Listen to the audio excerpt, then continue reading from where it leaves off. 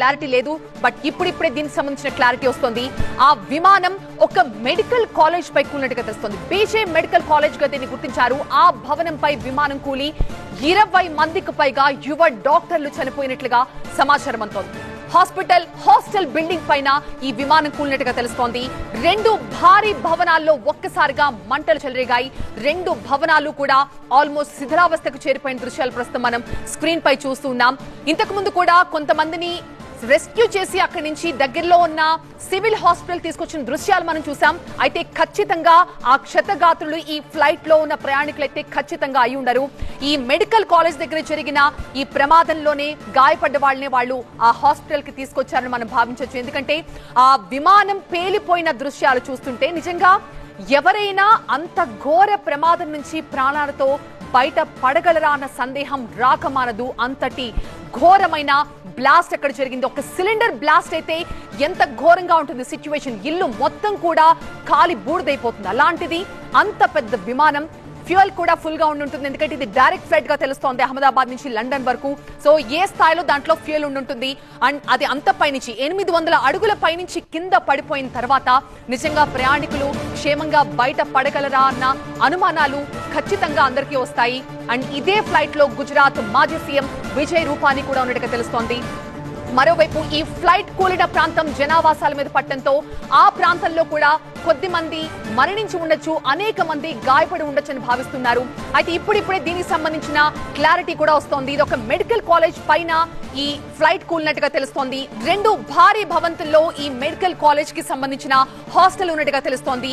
ఇక్కడ ఉంటున్న 20 మందికి పైగా యువ డాక్టర్లు. పాపం వాళ్ళు ఎంతో ఆశతో ఉద్యోగం చేసుకుంటున్నారు. భవిష్యత్తు మీద ఎన్నో కలలు కనుంటారు. అలాంటి 20 మంది దేశానికి సేవ చేయాల్సిన యువ డాక్టర్లు కూడా ఈ ప్రమాదంలో ప్రాణాలు కోల్పోయారు. బీజే మెడికల్ కాలేజ్ భవనంపై విమానం కూలినట్లుగా అధికారిక వర్గాలు ధృవీకరించాయి. సరిగ్గా మధ్యాహ్నం 1:88 కల్లా ఆయా ప్రాంతాలకి అంబులెన్స్లు, ఫైర్ ఇంజన్లు చేరుకున్నాయి. 1:17 ఫ్లైట్ టేక్ ఆఫ్ అయిన 9 నిమిషాల్లోనే అది కూలిపోయింది. అయితే ఎయిర్పోర్ట్ కి చాలా దగ్గరగా, రన్వే కి చాలా దగ్గరగా కనుచూపు మేరలోనే ఈ ప్రమాదం జరగడంతో ఇమ్మీడియట్ గా అధికారులకి ప్రమాదానికి సంబంధించిన విషయాలు కూడా తెలియడంతో వెంటనే రెస్క్యూకి అక్కడికి సిబ్బందిని పంపించారు.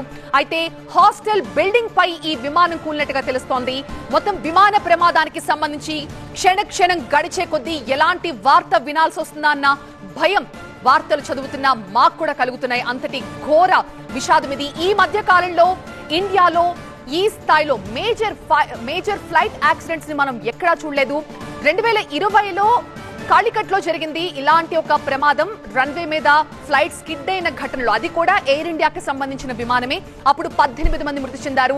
172 మంది అదృష్టం కొద్దీ ఆ ప్రమాదం నుంచి బయటపడ్డారు. కానీ ఇవాల్టి ప్రమాదం తాలూకా దృశ్యాలు చూస్తుంటే మాత్రం అలాంటి అదృష్టవంతులు ఎవరు బహుశా ఈ ఫ్లైట్ లో ఉండరేమో అనిపిస్తోంది. ఇక మరికొన్ని ఫోటోగ్రాఫ్స్ ని కూడా మీరు ప్రస్తుతం స్క్రీన్ పై చూస్తున్నారు. ఆ హాస్పిటల్ పైన విమానం శకలాలు పట్టడంతో ఆ క్లాస్ రూమ్ బెంచెస్ కూడా మనం చూడొచ్చు.